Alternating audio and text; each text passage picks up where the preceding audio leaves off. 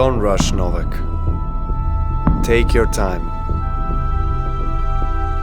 Make the moment yours.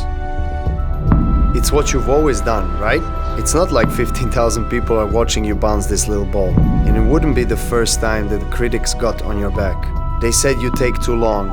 They said you're too loud, too impulsive, lucky.